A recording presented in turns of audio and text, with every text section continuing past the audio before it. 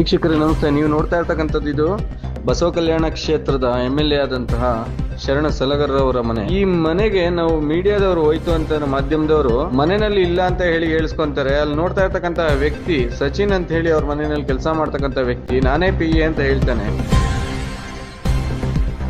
Okay ಆಯ್ತು, ಇದನ್ನ ಹಾಕೊಳ್ಳಿ, ಮೈಕ್ ಹಾಕೊಳ್ಳಿ, ನಾವು ವಿಡಿಯೋ ಮಾಡ್ತೀವಿ ಅಂತಂದ್ರೆ ಬೇಡ ಸರ್, ವಿಡಿಯೋ ಮಾಡಬೇಡಿ ಅಂತ ಹೇಳಿ ರಿಕ್ವೆಸ್ಟ್ ಮಾಡ್ಕೊಂತಾನೆ. ನಮ್ಮ ಸಾಹೇಬ್ರು ಬಂದಾಗ ಫೋನ್ ಮಾಡಿಸ್ತೀನಿ ಸರ್, ಮಾತಾಡಿ ಅಂತ ಹೇಳ್ತಾನೆ. ವಿಚಾರಗಳನ್ನ ನಾನು ಆಲ್ರೆಡಿ ವಿಡಿಯೋ ಆಡಿಯೋ ಬಿಟ್ಟಿದ್ದೆ. ನಾನು ಕೇಳ್ತು ಅಂತಂದ್ರೆ ಬೇಡ ಸರ್, ನಮ್ಮ ಸಾಹೇಬ್ರು ಬಂದಾಗ ನಾನು ಮಾತಾಡಿಸ್ತೀನಿ, ನಮ್ಮ ಸಾಹೇಬ್ರ ಹತ್ರ ಅದೇನಿದೆ ಅವ್ರು ಮಾತಾಡ್ಬಿಟ್ಟು ನಿಮ್ಗೆ ಕೊಡ್ತಾರೆ ಅಂತ ಹೇಳ್ತಾನೆ.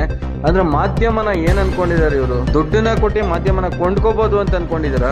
ರೀ ಶಾಸಕರೇ, ನಿಮ್ಮ ನಿಮ್ಮ ಮನೆ ಕೆಲಸದವ್ರು ಇರ್ಬೋದು ಅಥವಾ ನಿಮ್ಮ ಹಿಂಬಾಲಕರು ಇರ್ಬೋದು, ಇವ್ರು ಮಾತಾಡ್ತಾರಲ್ಲ, ಇದು ನಿಮ್ಗೆ ನಾಚಿಕೆ ಆಗತಕ್ಕಂತ ಸಂಗತಿ. ಇದು ಏನಂಗಿದ್ರೆ ಮಾಧ್ಯಮನ ಕೊಂಡ್ಕೋತೀರೇನ್ರಿ ನೀವು?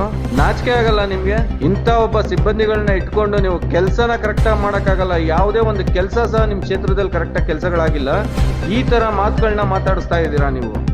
ನಾಚಿಕೆ ಆಗ್ಬೇಕು ನಿಮ್ಗೆ.